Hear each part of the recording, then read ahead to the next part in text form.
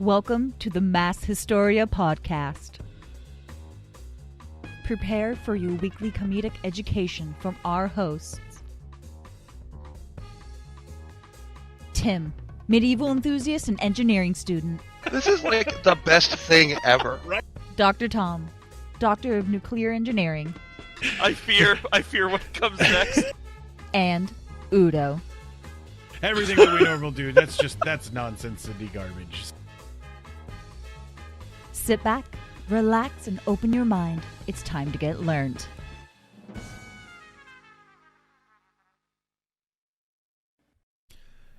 This is a content warning. This is an educational show, and we're covering historic events, stories, and mythology. If you have problems with things that happened in history and dislike talking about violence, nudity, or other not very PC topics, you should get gone. This show is not the show for you, Chief. Humans have done some ugly stuff to each other. Welcome to Mass Historia. I am your host, Udo, and against all better judgment, we are joined by our good friends, Dr. Tom and Mr. Tim. You show very poor judgment. Dr. Tom, how are you doing this evening? Fantastic. You taking some ketchup shots? What? I feel attacked. Yeah, I mean, pre-show, it looked like you had ketchup with you, but it's not ketchup. This is a bottle of Coca-Cola, thank you. Right. Okay, it's not Coca-Cola, but it's cola. Mr. I'm too Tim, cheap for the real stuff. we're usually in contact a lot throughout the week, but not this week. How you been? I've been really good. I'm really, really tired. But I'm here, ready to get learnt. Wait, you went and did some fancy walking? Indeed. This last week I had some family in town, so we went out and played out in the woods. Climbed a mountain and did some mountain biking, and yeah, lots of fun. Dude, cool. While you were gallivanting throughout the woods, a lot of us in one of the communities that we all hang out with are getting strong. Hell yeah, we I was wondering what the hell that was all about.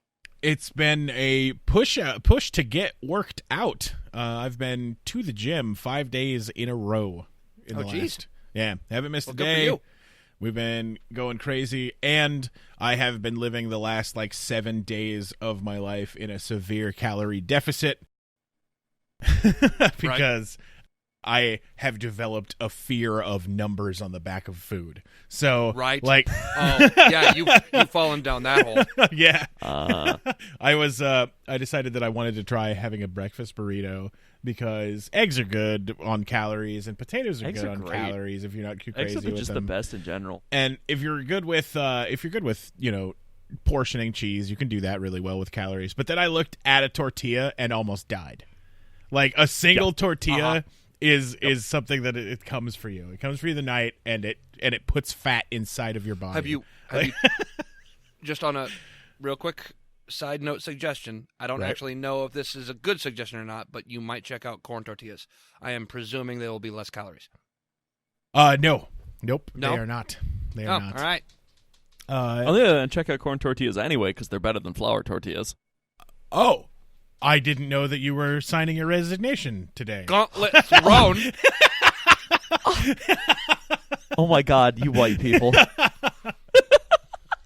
The flour tortillas are just straight better. They just taste better in all ways. What? Yeah. Flour tortillas are way better for burritos because they have better bendability. Corn tortillas absolutely taste. Wait, are we talking store-bought or homemade? I do not have the luxury of having tried homemade. Okay, I have had homemade corn tortillas, and they are, violently delicious. Have you had homemade flour tortillas? No, fair point. Then you have no box to stand on. Also, with corn tortillas, I don't know if it's as good if you take a cookie cutter and cut out little shapes in that type of tortilla and then put it into a deep fryer, then cover it with cinnamon and sugar. Dude, yeah, dude. It's the best. Also, store-bought corn tortillas are better than store-bought flour tortillas. All right, I quit. I kid. This is what this showed. It's not the cheese wars, it's the tortilla. Right. One of the things I looked forward to every year when I was young was to go over to my really good friend's house, and his mother would always have these a bag around Halloween of bat-shaped deep fried flour tortilla covered in cinnamon and sugar, and they were just for me. And Mrs. Gonzalez was a saint, and it made my year. I still need to try those at some point. That's fantastic. Yep. Next time you see Arturo, Tim, just ask him, and he'll tell you it was the best. Right? All right. So today we're going to start off with an additional warning. Uh-oh. The following story takes place between the years of 1732 and 1795. A key point about that time frame is that it is prior to the year 1865. Yep. Right. Which means that the person that we are going to talk about owned slaves. Yep. The following story does not glorify that act specifically, and this podcast doesn't support the owning of slaves, but we also don't support denying history because atrocities happened. Slavery happened, but also this following story happened. Yeah, we can talk about the cool shit this dude did while also acknowledging that, like, he had slaves, and that's super fucking shitty. Right. I'm not saying that it's justified, but at the time, nobody else gave two flying fucks. So, Truth. So what do you guys know about Francis Marion? He was a furry who lived in a swamp. Oh, wow. I mean, Yif, my dudes. based on the name, the Swamp Fox. Jesus. I mean, that's a pretty good guess, but wrong? So, in terms Tonight is the night in which I killed Tim with my words. Right. in terms of your actual question, as opposed to my reaction to Tom, the name, I'm going to go with my old standby on our show of the name sounds familiar. I probably know some things and don't know that I know some things. Well, this guy definitely did a thing that is famous in the Revolutionary War. When we come across it, I don't want to give it away right away, but eventually you'll get the fact of who he is and realize that he was the guy who did the thing. That's probably how I know him. But Right. then again, I might be dumb and stupid and thinking about some other dude somewhere named Right. Marion. In seriousness, I will say I'm guessing based on the name that he fought a lot in, near, or around marshes and swamps and was real goddamn good at it. I mean, yeah, to Like say the Swamp least. Fox. Right? Our story today is, as I mentioned, Francis Marion. Francis Marion is, once again, another one of those tricky stories to tell correctly. One, we are not trained historians, and two, this character is shrouded in myth and legend. Ooh, So- mystery. Cool. Let's talk about our sources. The first one is the book The Swamp Fox: How Francis Marion Saved the American Revolution by John Aller. I got this on audiobook to listen to. This is not a promotion, but I recommend checking it out. If you're a company that provides audiobooks, I'm really good at listening to audiobooks, so let me know. Promotion time, who knows?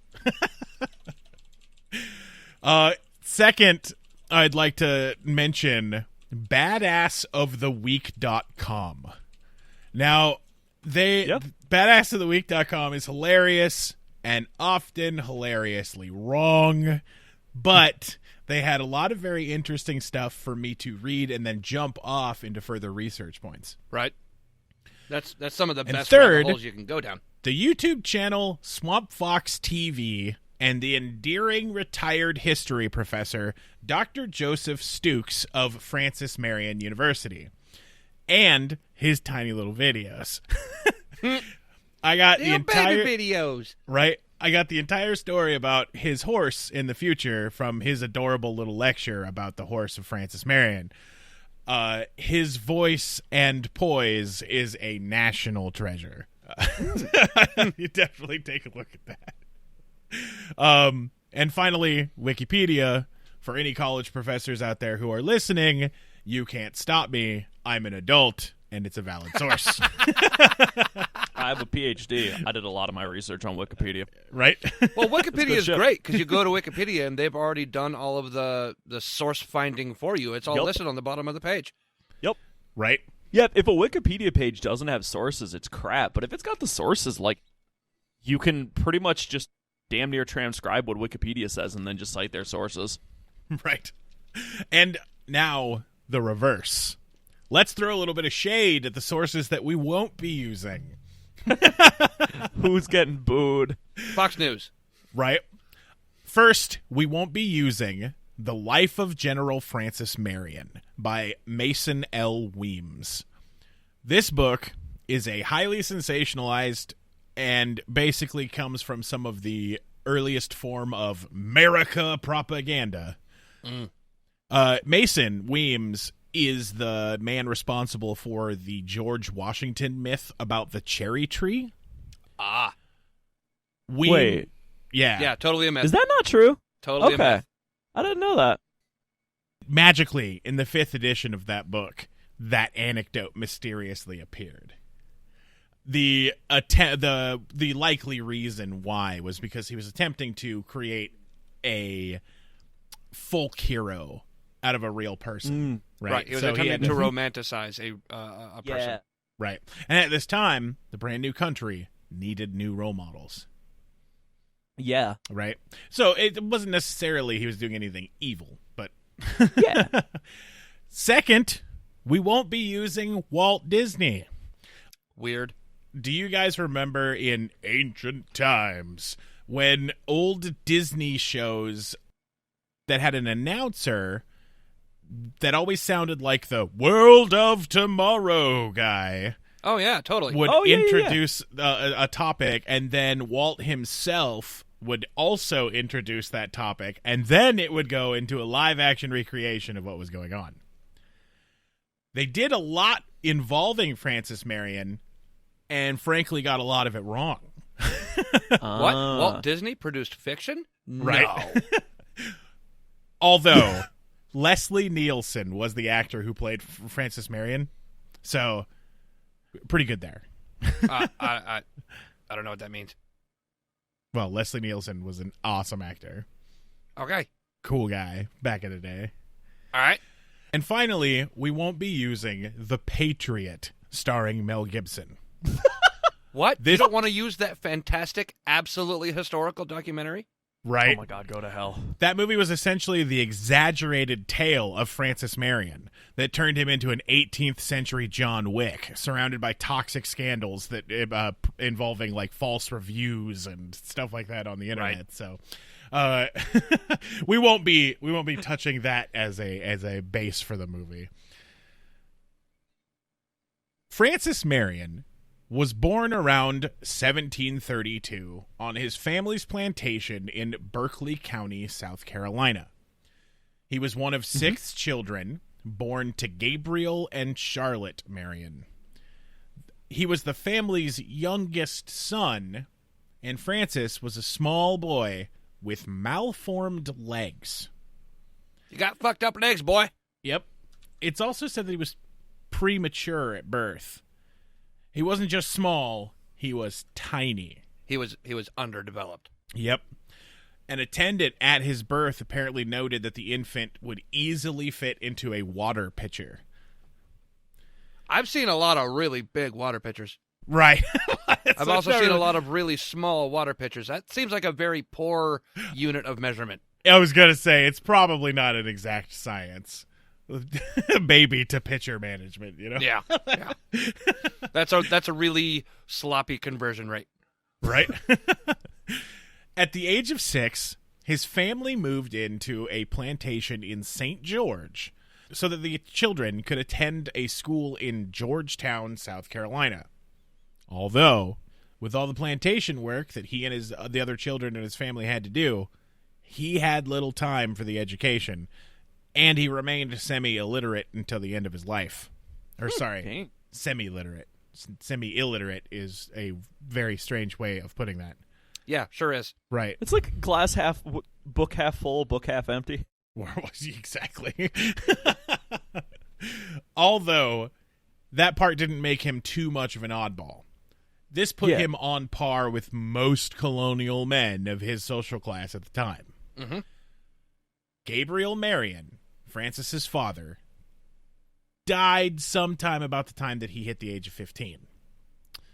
The family had a very large estate, but as the 3 older siblings had reached the ages of maturity, they were parceled out large sections of the land and the wealth that Gabriel had when he passed away.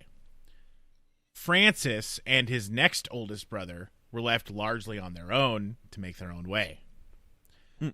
The 3 oldest siblings, I keep saying siblings, so I'm going to try and do that one again.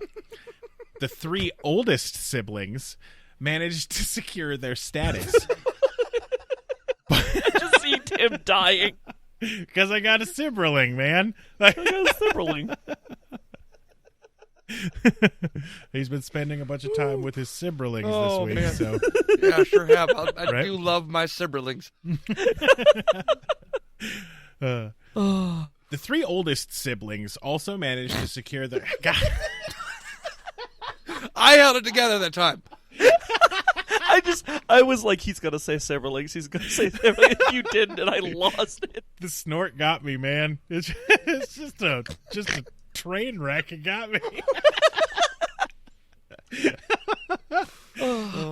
Okay. All right, professional time. All right, Yep, take we got 5. this. Right.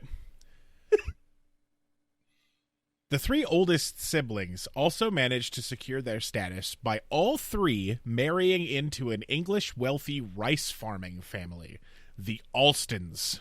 It's a good way to go. Right? Can't do it yourself. Marry someone who did. Yep. It's a good way of looking at it. This was one path that Francis was not able to take, due to him looking and acting like a gargoyle.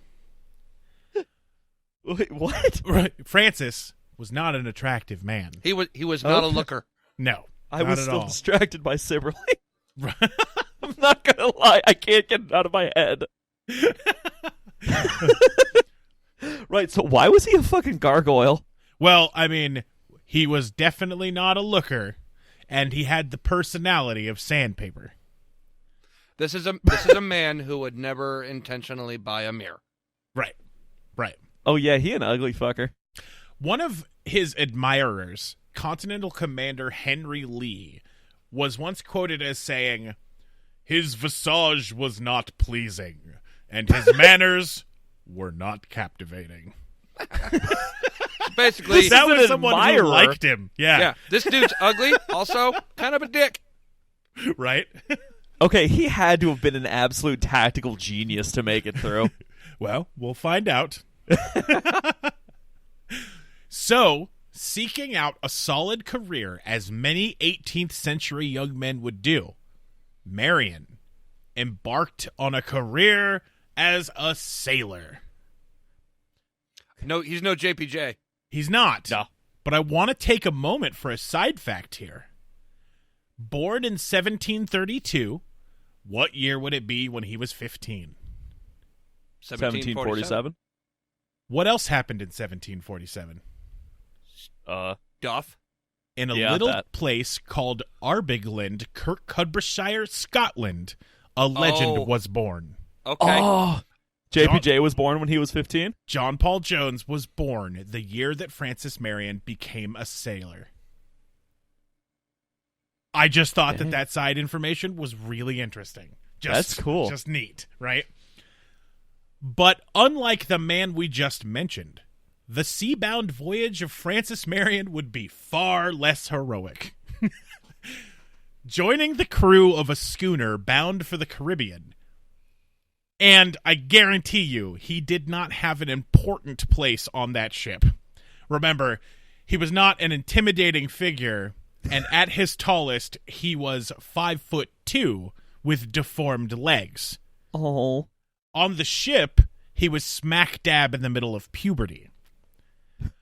Oh my god. I'd like to think he likely Short, served... ugly, a dick, and going through puberty. Jesus Right. Christ. I'd like to think he probably served as the ship's monkey. Oh my god. Not much more information is available as to what exactly happened during the year that he was at sea, other than the logbooks of the ship. Mm-hmm. The voyage ultimately ended when the ship sank, reportedly because it was struck by a whale. Oh my god. That's not a good start to your, Yep. to your career. That's a No. shit start. When a whale looks at your ship and says, "That's one ugly motherfucker," I'm Right. sinking that ship. Bonk. The 7-man crew escaped in a lifeboat and had to spend a week at sea before they drifted ashore. The schooner sank so quickly that they were unable to take any food or water, and after 6 days in the tropical sun, 2 of the survivors died of thirst and exposure, and the following day, the survivors reached shore. After the shipwreck, the incident was enough to make him give up his dream of a life at sea, and he returned home to his farm. Yeah, fuck that. Right?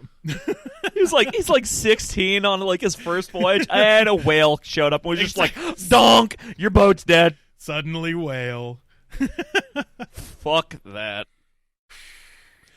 So, electing to remain on land for an indeterminate amount of time, Until the land whales come. right? Marion began working on his family's plantation again. He spent the next few years living with his mother, hunting and fishing around the coast of Georgetown. Probably fishing better than hunting. Yeah, probably. Oh my god, that's so mean. Gaining a knowledge of local flora, fauna, and geography, which eventually would become very useful in his future. Yeah. In 1755, his family returned to St. John's Parish so that their mother could die in more familiar lands. Well, that's morbid. Right? Gotta take her home to die. She passed away soon after and left the majority of her estate to Francis and his next oldest brother. Oh. And that's when the French and Indian War began. Oh, good. Militia forces sprung up all around St. John's Parish. In January of 1757, he and his brother were recruited as provincial soldiers. Marion served in the militia when the Cherokee tribesmen of the northwestern corner of the colony killed several British traders and upcountry settlers. From what I can gather about the incident, this is another case of horse theft gone terribly wrong. Rip. As we all Rip. know, horse theft is a very serious business. Sure is. Don't- Sure is. Don't Grand Theft fuck Auto? it up. You wouldn't download a horse. Right? After I the would totally download a horse if I could. Right, Dude, fucking exactly. same. Holy shit. After the Cherokee felt that they had been screwed over by local traders, they attempted to get back at them by stealing the horses kept in the corral. But things went wrong and a fight broke out. In response, the governor of South Carolina, William Henry Littleton, embargoed all gunpowder shipments to the Cherokee and raised an army of 1,100 men to march into and confront the lower towns of the Cherokee. Seems a little... Well. This can only end well. Right. Yep. Natural escalation. A couple of horses were stolen. Raise 1,100 men. People died. The fight was, 24 British tradesmen were reported to have been killed, though that data has never actually been confirmed whether or not anybody actually even died. I will say this. You said earlier that the Cherokee felt that they had been cheated by white traders. Mm-hmm. I'm going to go out on a limb and say they I'm pretty sure those Cherokee got cheated by white traders. Oh, yeah. Yeah. Yep. Probably. They felt justifiably Right. like they got treated. Yeah. Well, the part that's in question is whether or not any British traders actually died in the conflict. Right. Right. That's the point that's at that contention there. Desperate for ammunition for the fall and winter hunts, the nation of the Cherokee sent a delegation of moderately aligned chiefs to negotiate. Governor Littleton decided that these Cherokee headmen would serve better as prisoners than as a negotiation party. Oh, my God. Uh-oh. So instead, he led a military expedition into the upcountry as a show of force and brought the delegation of 29 chiefs with him as hostages. This can only end well. Right. At Fort Prince, George negotiated a treaty with the Cherokees to hand over for trial the murderers of the British settlers, and then the hostages would still be held as surety that the murderers would be handed over.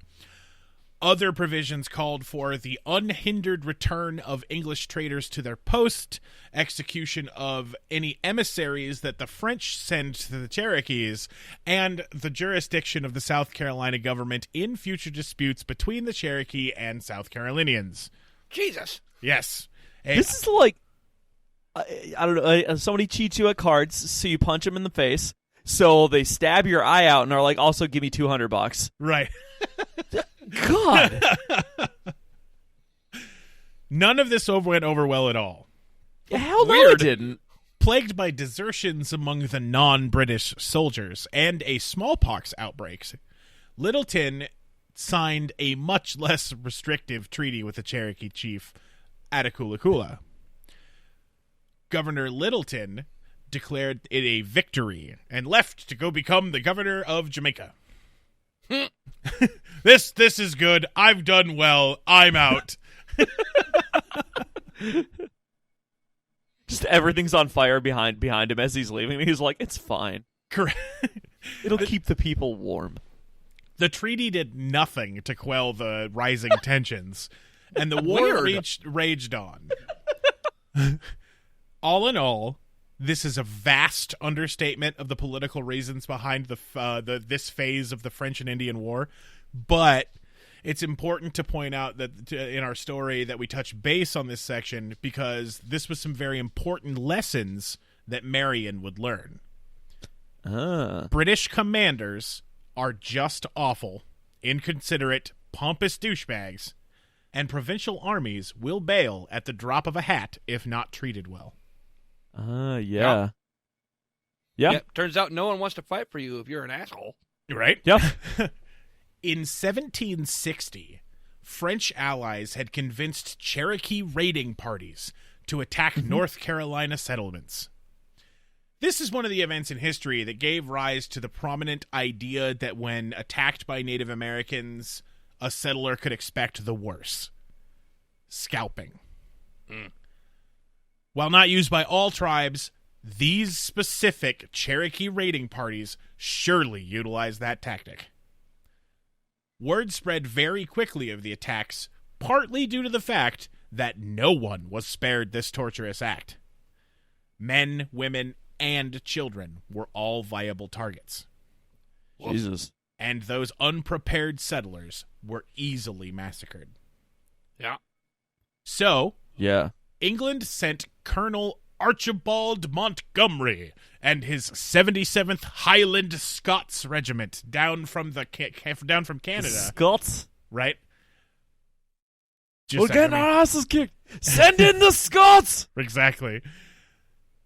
Down from Canada once again to go into war with the Cherokee. Montgomery raised an army of 1,200 men, marched around, burned some villages, got ambushed, lost a few hundred men, and because he wouldn't allow his men to break standard British stand-in-a-line formation, and only equipped the British soldiers with muskets, the Cherokee using long rifles, which greatly outranged the Brits, and they would fire from cover, retreat into the forests and badlands after each assault. Yeah. Declaring it a victory, Montgomery returned to Georgetown and promptly left for New York. Oh my God. It's really All right, easy. guys, I won. I'm out. Right, when you're the only people who actually have history books, it's really easy to declare things as a victory. Uh-huh. So, double check the difference between a musket and a rifle would be. The rifles specifically have rifling, right? Where it would spin the mini ball. Correct. That's my understanding of the definition of rifling. I don't know about if rifling is what defines a rifle. It's an interesting question. We should look into it. Okay. Yes, the long rifle was early example of a firearm using rifling. Okay, I actually did not. I had no idea that rifling existed that far back. Because I knew that rifling became relatively common with firearms in the Civil War, is my understanding. Yeah. But I guess differences in guns, like even if muskets are common, rifles could have existed back then. Or obviously did exist. That's interesting, though. So yeah, the increased stability of the trajectory was why it was better than muskets. However, the long rifles took longer to reload. Mm-hmm. Oh, okay. So ambush, snipe, retreat. Who gives a shit about reload time when they can't return fire? Correct. Okay. Yep. Cool. So in 1761, Marion became a lieutenant under Captain William Moultrie in Lieutenant Colonel James Grant's army. And the brothers set about rushing headlong into a kind of an infantry fight that few people can imagine today. What went on during the French and Indian War included a vast number of horrific atrocities from both sides. No. But for Francis Marion, it also served an incredibly important purpose. Marion wasn't just any militiaman or lieutenant or fighter, after all. He did not have the brawn that everybody else did. And his legs were fucked up. Correct. Yeah. And was instead forced to rely on his brains. Unlike the Patriot. Stupid fucking movie. Wait, in the Patriot, does he just sprint around and shoot, chop, and murder his he's way like through 18th century Rambo, basically. Yeah. In the Patriot, he runs around and uses guerrilla tactics against English that are standing in a line, and that's the movie. Yep. But he's a super badass. And oh my God. Definitely not the 5'2", knobbly-kneed, frail individual with a stern gaze that could churn butter. I'm guessing though that if he was given that the description before that he was ugly and a dick, he had to be I would say almost aggressively fair with people to get people to actually follow him. Right. Well, he was actually pretty damn stern, and it's what everybody needed. Right. Yeah. Yeah. Perhaps his lifelong need to rely on his wits over his muscles is why he employed the tactics that he learned from the Cherokee. Yeah. He couldn't help but admire the way that the Cherokee melted into the landscape, appeared out of nowhere for ambushes, and used everything that they had available to them in the sneakiest, most underhanded way possible, according to the rules of combat at the time. Damn straight. He not only respected it, he learned from it.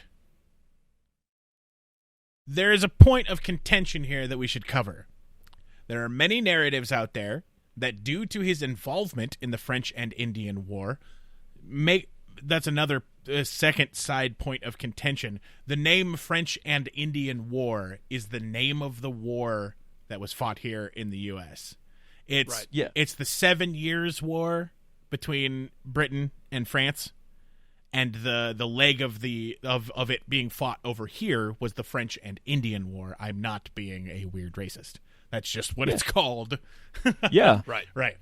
But his involvement in the French and Indian War, they say that sometimes Marion was a slaughter-happy Native American-hating monster. Mostly due to the British press after the release of the movie The Patriot. There is no proof of any of that at all. There is a little proof of the opposite. A letter that Marion wrote to his friend read, "We arrived at the Indian towns in the month of July.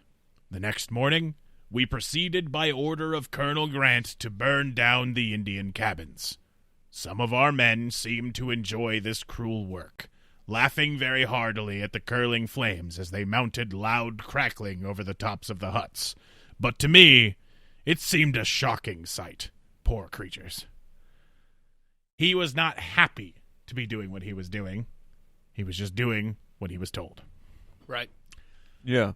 After the end of the war, he returned and remained unwed at his home. Weird. And did nothing over the next decade. With no history recorded of his life at this time, other than the fact that he had jury duty a couple of times. They were able to find some town records that showed that he had attended jury duty. He's just taking it easy, kicking back. Even the swamp fox can't escape the jury. At this point, if the story ended here, no one would care about Marion.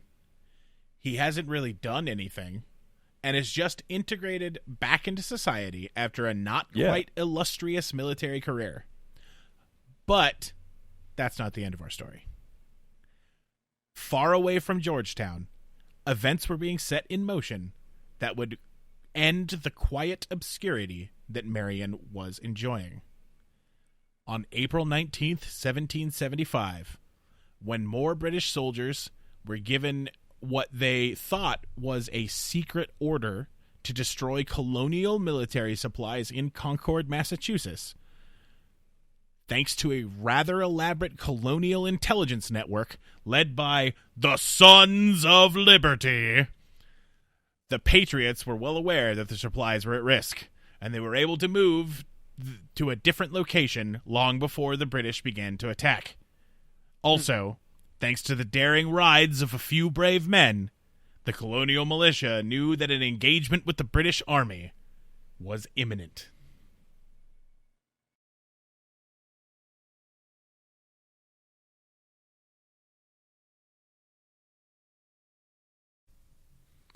Hey all, this is Udo. I just wanted to take a second to thank you for listening. History is nothing if no one is learning from it. So if you could do us a favor and share this podcast on your social media, it would be really, really awesome. Thanks. Let's get back to the story.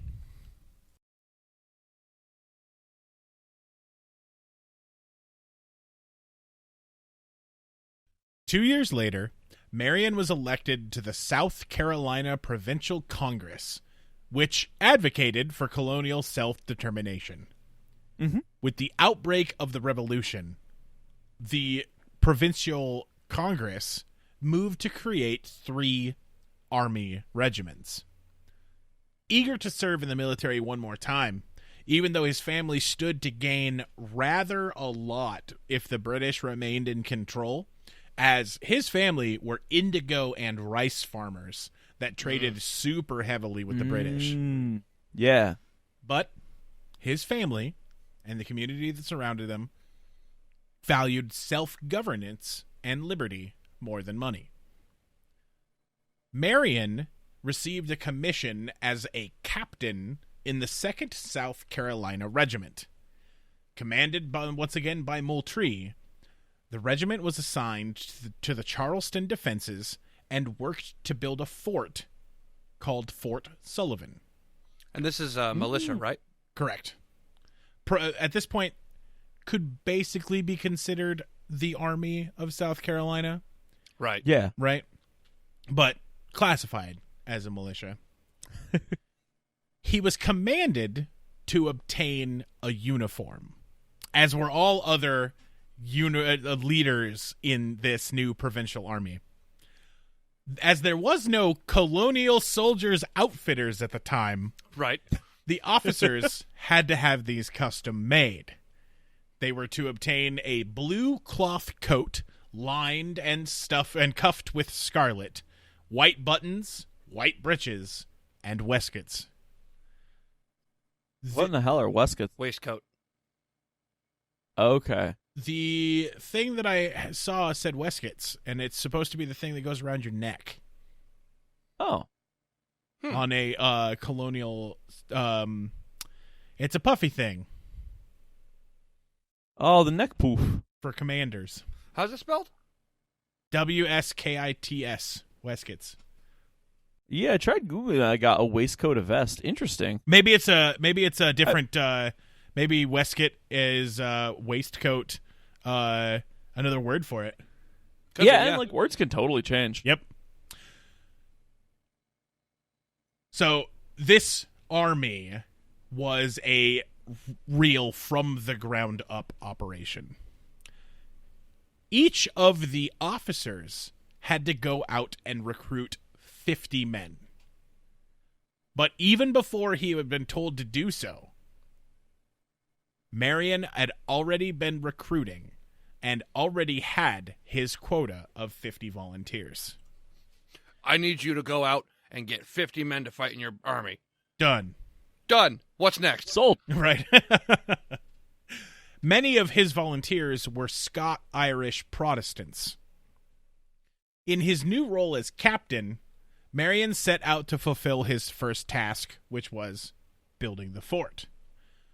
The fort was at a monumentally important location overlooking Charleston. Because they had to protect that harbor, because it was of the utmost importance and everyone knew it. The British knew that too. So it was a bit of a race to get the fort built and ready before the British would make their landing.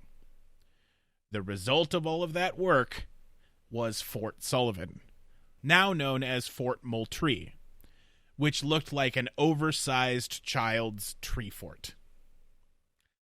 Sandbags, just giant logs piled on top of each other. Right. It was not a good-looking fort. Yeah. Good. Ugly-looking fort for an ugly-looking man. Right? But that was not the important part. The Battle of Sullivan's Island began on June 28th, 1776. The fort had 435 men, and the British had 2 50-gun ships, 6 frigates, and a bomb vessel. Jeez. Wait, what's a bomb vessel? They just a shot boat that would deliver bombs? basically explosive cannonballs. Yeah. Holy Christ. Yep. It was modern-day super artillery. Or not modern day, but old-time, like essentially what we would have as a, like, destroyer that shoots, like, missiles, right? Wow. Yeah. Right? So they also had 2,200 soldiers. After the fighting in Boston, the British had taken the approach of looking for what they considered a friendlier entrance into the colonies. Yeah. Looking for that in the South. Yeah. They thought that entering through the South would deliver them into the arms of loyalists, where they'd prance to victory, arm in arm, and be home before tea time. But this was not the case. Upon arrival, the British saw what they thought was a not completed Fort Sullivan and decided that their ships were more than capable of handling this protective fortress. British Major General Henry Clinton felt that his men could simply wade across the breach inlet, assault the fort, and go home. And to be fair, the British did have the HMS Bristol, the HMS Experiment, 6 frigates, and the Thunderer, which was the bomb vessel. Right. That's such a good name. Yeah, the HMS Thunderer is amazing. Damn. But as we will learn, underestimating the colonists was the British biggest weakness. Yep. Turns out that Francis Marion knew exactly what he was doing when he built Fort Sullivan. When the British turned their cannons against the fort, the incoming cannonballs were literally absorbed by the palmetto log walls. For those of you who don't know anything about the palmetto tree, myself included, right? It's a very porous tree. Every time that the British would fire their cannon into the logs, the ball would get stuck in the fort and not explode.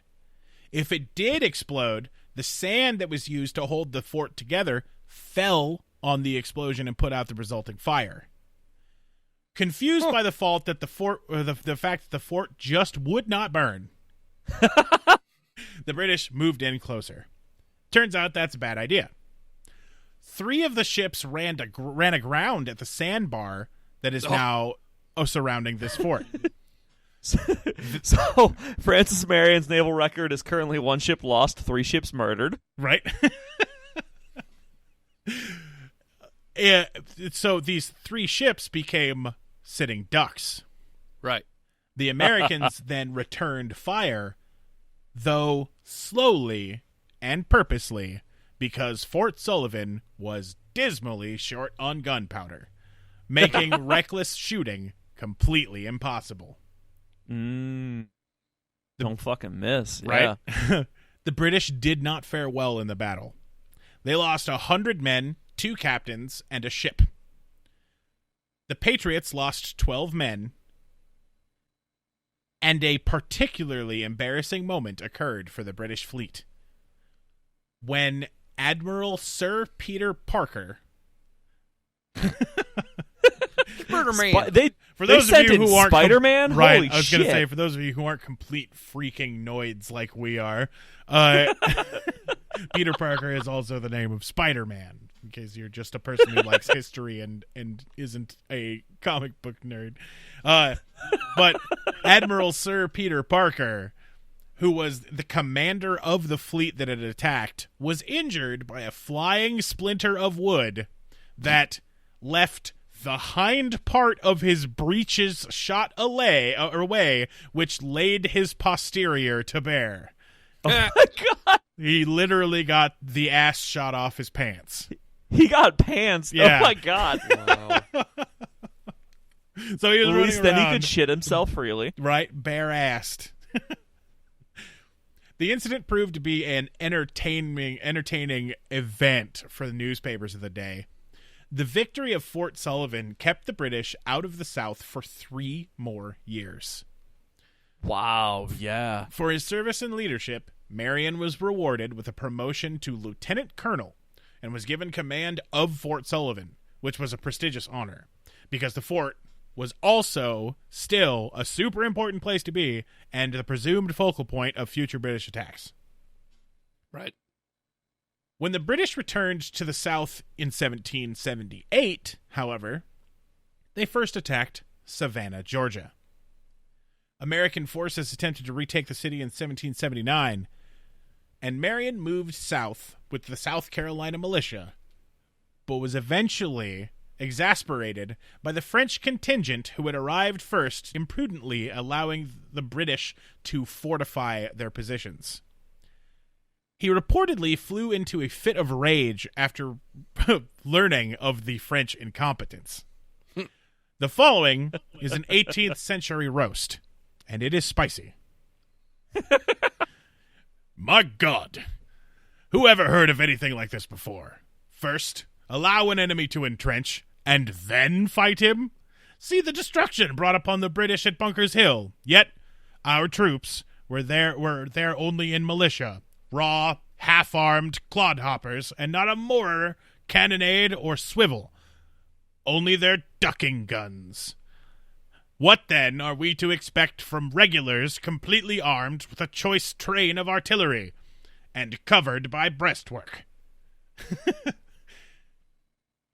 If you were in the 18th century, we'd all be going, ooh! Uh-huh. Yeah, totally.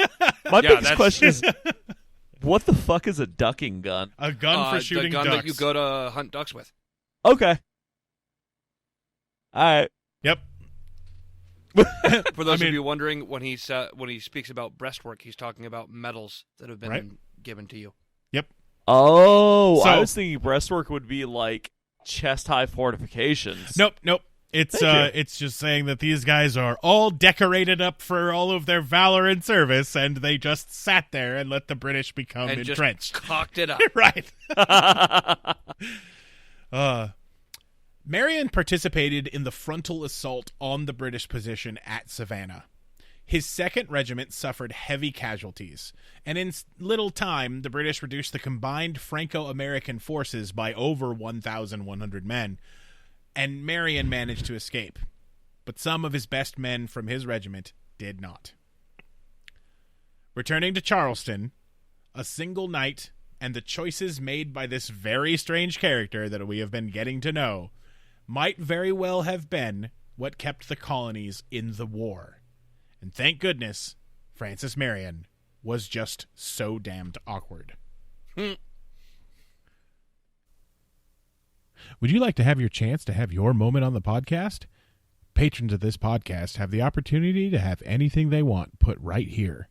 Patrons also get to help vote on whatever we're going to be covering in future episodes. Just visit patreon.com/masshistoriapod for more info. Joining Patreon helps support this podcast. Thank you. So let's set the scene. We're in Charleston, South Carolina. The city has been fortified for a siege, though not entirely. There were 2 things that went terribly wrong for their war plan. Although the Continental military leadership had ordered the African-American population of Charleston to be armed in order to resist the British, the people of South Carolina refused the order. What? Because racism. Fuck that. Right? Several of the outlying buildings surrounding Charleston were ordered to be leveled to prevent the British from having cover during the assault. Mm-hmm. The property owners pitched a huge fit and managed to get the order ignored, which they would much regret eventually. Right.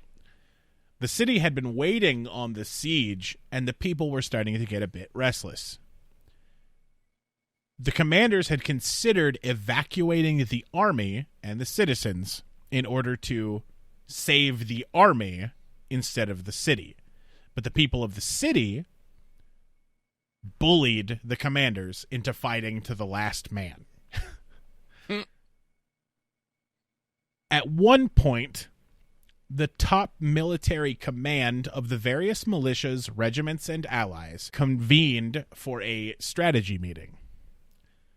What had begun as a sober and important council of war to discuss the affairs of a besieged American city became a drunken party. Lucid statements of military defense had become boisterous shouts of confidence inspired by liquid courage rather than by concrete plans or sound strategy. In the middle of it all, quietly, completely sober, and likely sporting a frown that could alter gravity, was Francis Marion. Yeah. Marion was not your party type, and he was frankly disgusted by the conduct of his drunken comrades. It made him a little bit weak-kneed. But eventually, when it was clear that no more work would get done that evening, Marion simply got up and melted into the background of the party like some sort of awkward predator. Peace, bitches. Right. Socially awkward ninja. Exactly. And inched his way towards the door. Marion found that the host, in accordance with 18th century customs, had locked the doors while they toasted the American cause. This was also likely to defeat the ability for common people to see military brass having too much fun. Trapped and super fucking annoyed, he made eventually his way to the second story. There is where he made the choice that might have just saved the revolution. He opened a window, adjusted his coat, and leapt to the ground. Yes. landing on his feet. Wait, with his fucky legs? Landing on his feet with a sickening crunch. Absolutely mangling his ankle, thoroughly breaking it. What the fuck, dude? Sometimes you gotta leave, man. I've been to some karaoke nights. I would have gladly fucking jumped out of a second story or even a third story window. Right? It sucks to be the sober guy at the party. I will say, like, I could do second story. Third story, hell no. Some karaoke I've listened to, I'd rather have a broken ankle. Right. He was then directed by his doctor to recuperate at his home plantation. This proved to be a stroke of luck for the American cause. Due to the incompetence of Benjamin Lincoln, the guard who was, or the commander who was bullied into staying in the city instead of retreating, the entire American army surrendered at Charleston in the ensuing assault. But Marion, home healing, had escaped. After the sacking of Charleston, and while still suffering from his ankle injury, Marion organized a small group of men that moved north to meet with the Continental Army under the command of Horatio Gates. Marion's unit started with around 20 men, but eventually grew to about 70. When he arrived, Gates could scarcely refrain from laughing at the disheveled band of South Carolinians. Marion hobbled on his broken ankle, and his men, both Caucasian and African American, were poorly equipped and ragged. Gates ordered them into the interior of South Carolina. Officially, they were sent to scout enemy movements.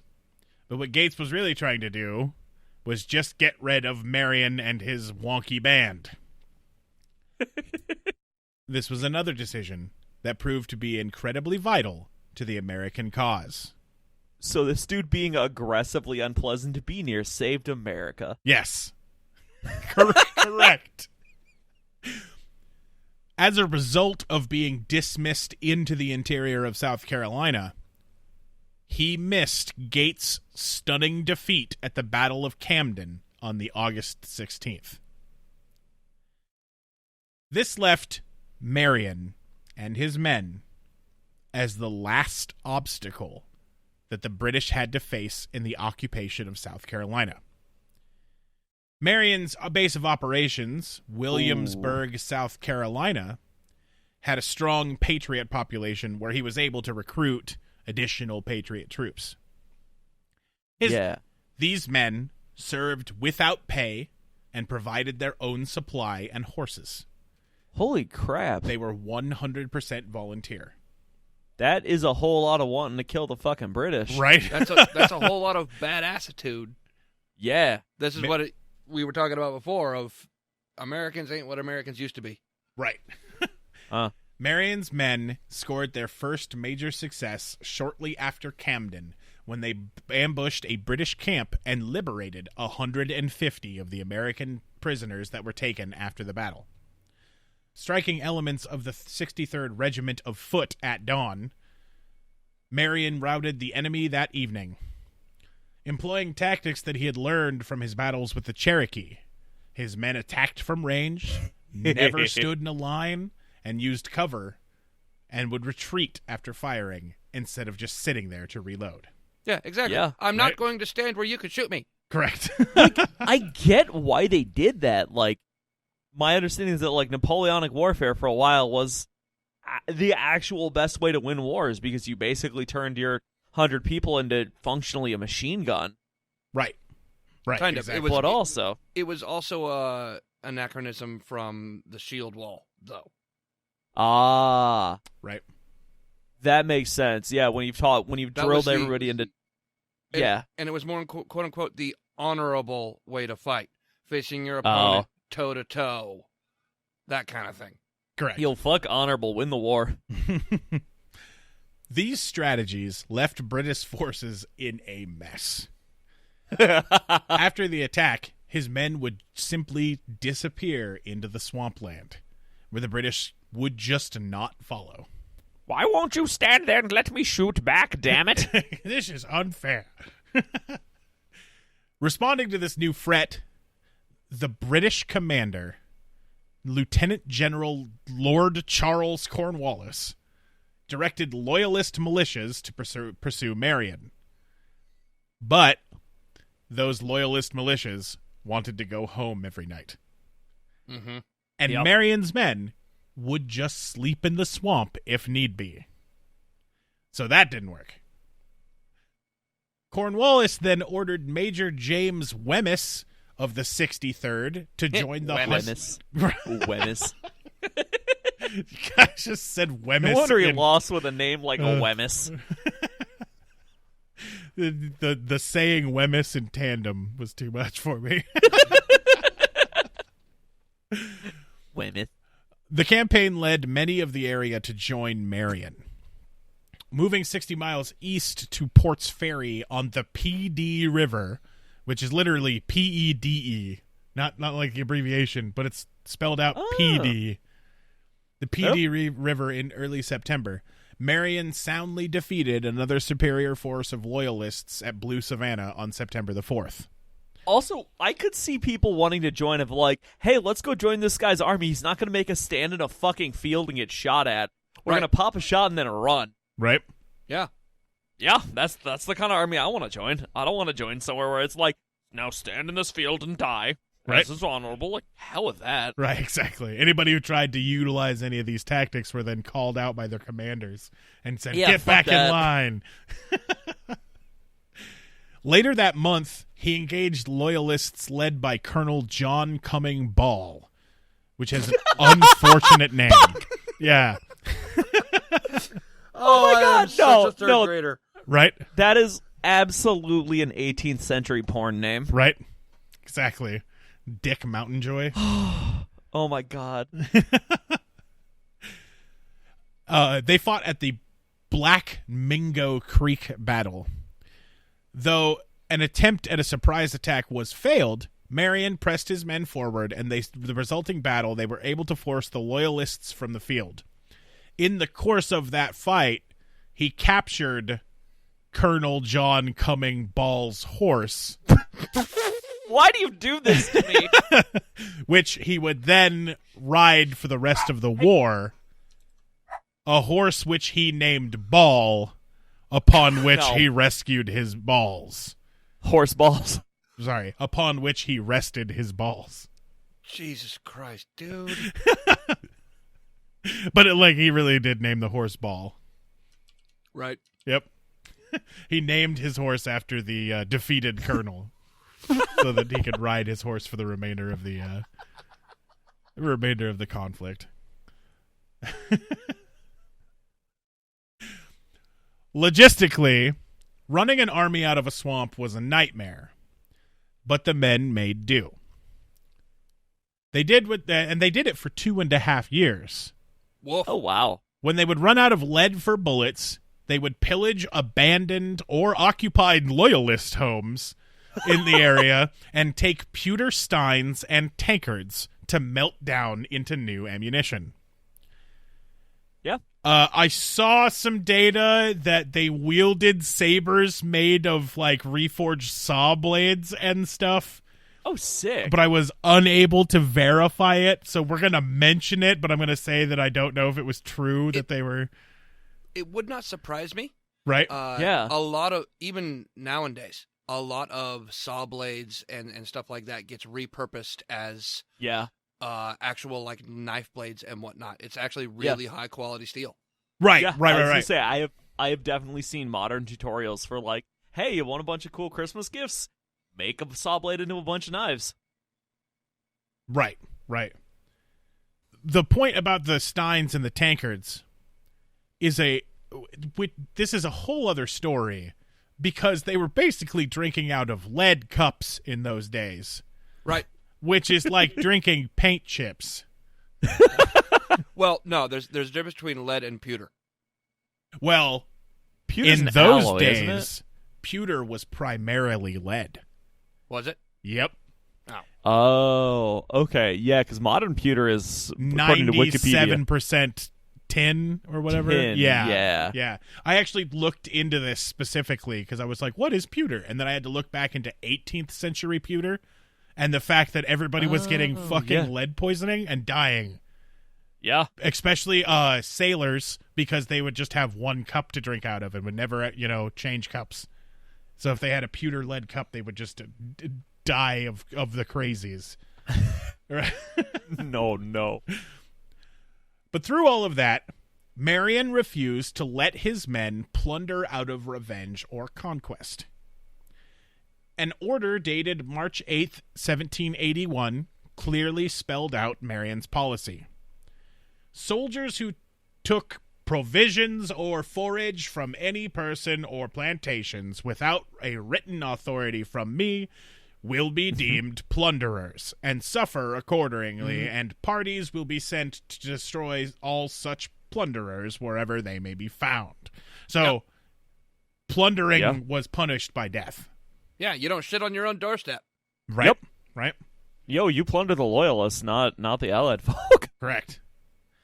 A young British officer once got to take a rare look at the secret fort of Snow Island when, to arrange a prisoner exchange, he was picked up by one of Marion's patrols, then led blindfolded through the swamp to the hideout.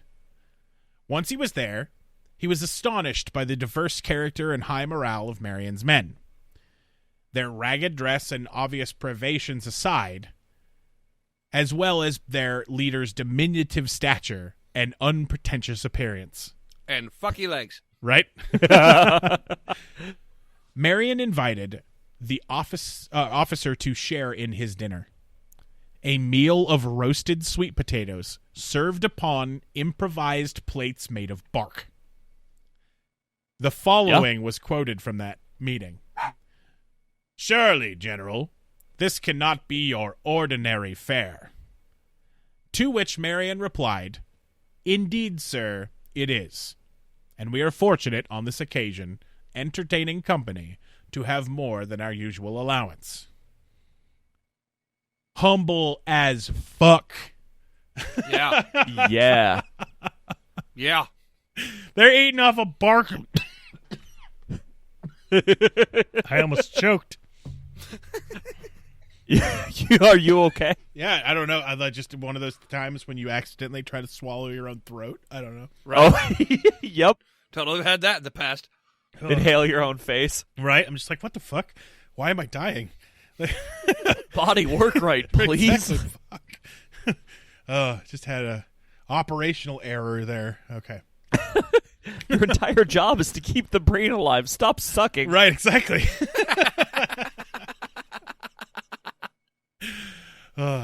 So continuing his guerrilla operations in October, Marion rode from Port's Ferry with the goal of defeating a body of militia led by Lieutenant Colonel Samuel Tynes.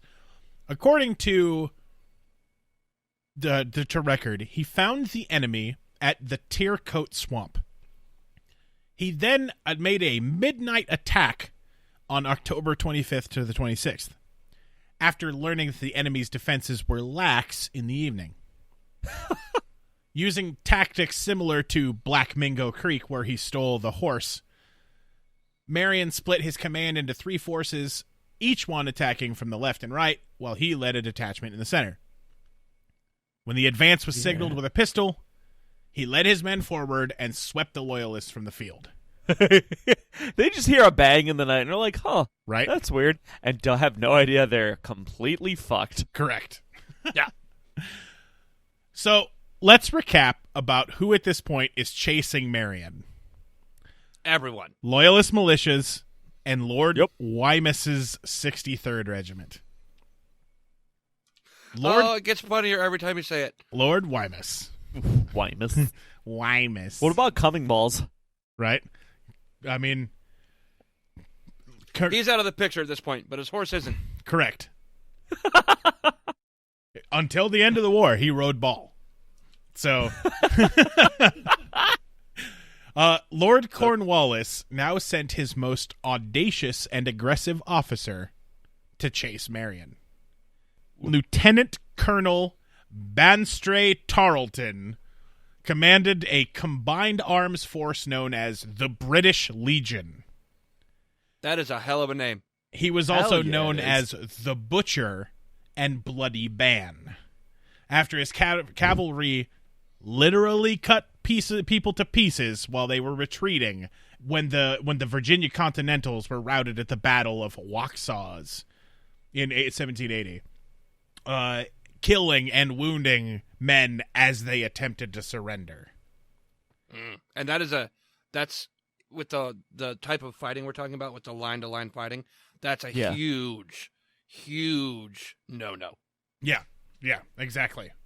Yeah, like, I get the whole idea of, like, fuck fighting nice and standing there for them to shoot at you. Killing people who are trying to surrender is real shitty. Right? Tarleton came after Marion with 1,000 men. On the night of November 9th to the 10th, his legion and Marion's brigade almost accidentally wandered into each other at the Richardson's plantation near Santee. They each discovered each other at practically the same moment. Marion's force was barely half the size of Tarleton's, so he decided to run for safety. Yeah, time to get the fuck out of there. Correct. The resulting chase Zoinks, lasted Scoob. through much of the night and through the following day. Finally, after 33 miles through the swamp, creeks, and forests, Oh my god. Tarleton found himself on the banks of another watery morass, the Ox Swamp, near the town of Manning, with no sign of Marion. He turned to his officers and said, "Come, my boys, let us go back. We will soon find the gamecock. But as for this damned old fox, the devil himself couldn't catch him." And thus Marion's sobriquet was born. The swamp fox quickly stuck, and soon Marion was known widely by that name. Promoted to brigadier general in the South Carolina militia, he then began working with the new continental commander in the region, Major General Nathaniel Greene. They built a brigade of cavalry and infantry, and he conducted a failed attack on Georgetown. Continuing to defeat the Loyalists and British forces that were sent after him, Marion won victories at Fort Watson and Mott the next spring. The latter was then captured in conjunction with Lee after a 4-day siege. Sick. As 1781 progressed, Marion's brigade fell under the command of the Brigadier General Thomas Sumter. Working with Sumter, Marion took part in a fight against the British at Quinby's Bridge. When he was forced to withdraw, Marion split from Sumter and then went on, because he was no longer forced to do what other people were saying to do, to win a skirmish at Parker's Ferry. Moving to unite with Greene again, Marion commanded the combined North and South Carolina militia at the Battle of Eutaw Springs. Now, this is EUTAW. I think it's Utah. Sounds right. Yeah. Utah. Elected to the Senate of the state, Marion then left his brigade that year to take his seat in Jacksonboro. Though poor performance from his subordinates then required him to return to command in 1782. Y'all suck. I'm coming back. Marion was then reelected to the Senate in 1782 and 1784. In the years after the war, he generally supported a leniency policy towards the remaining loyalists and opposed laws that intended to strip them of their property. As a gesture of recognition for his services during the conflict, the state of South Carolina appointed him the command of Fort Johnson. It was largely a ceremonial post, and it brought with it a stipend of $500 a month, which would eventually help him rebuild his plantation. Yeah, that's a good lot of chunk money back then. then. Yeah. Yep. Yeah. Marion retired to his plantation, which had been destroyed by war. The lifelong bachelor, who one subordinate officer described as ugly, cross, knock-kneed, hook-nosed son of a bitch, eventually took his cousin, Mary Esther Vidot, as his wife in 1786. Insert South Carolina jokes. Right. Also, for context on the $500 a month, I just pulled it up real quick. That's about $14,000 a month in 2018 dollars. Gee, bus. Yeah, Wow. that's a hell of a stipend. Woo! Yeah, it is. Eventually, he was elected as delegate to the state constitutional convention in 1790 and served again in the state senate the following year. Also in 1790, he served in the convention that drafted the South Carolina state constitution. But thereafter, he largely retired from public life. He died at the age of 63 in 1795. Oh, wow. That's pretty young. A plaque on his tomb described him as a noble and disinterested citizen soldier who lived without fear and died without reproach. His tombstone reads, "History will record his worth, and rising generations will embalm his memory. As one of the most distinguished patriots and heroes of the American Revolution, which elevated his native country to honor and independence and secured to her the blessings of liberty and peace." But the finest tribute was a letter from Nathaniel Greene that said that Greene noted that Marion, despite fighting against superior forces, kept alive the expiring hopes of the oppressed militia. Damn. Greene continued, "To fight the enemy bravely with the prospect of victory is nothing, but to fight with the intrepidity under the constant impression of defeat, and to inspire irregular troops to do so, is a talent peculiar to yourself." America. Right? Yep. God damn. To this day, Francis Marion, the Swamp Fox, and his Revolutionary War element Marion's partisans are considered to be the first Army Rangers. And you can Nice. find attribution to this on the U.S. Army's Rangers website and training material. Nice. Yep. That's fantastic. So he's basically the inspiration behind Army Rangers. Right. Yeah. And he was a knock-kneed, hooked-nosed, ugly, malformed, broken-kneed, ball-riding man. Yeah. Yeah.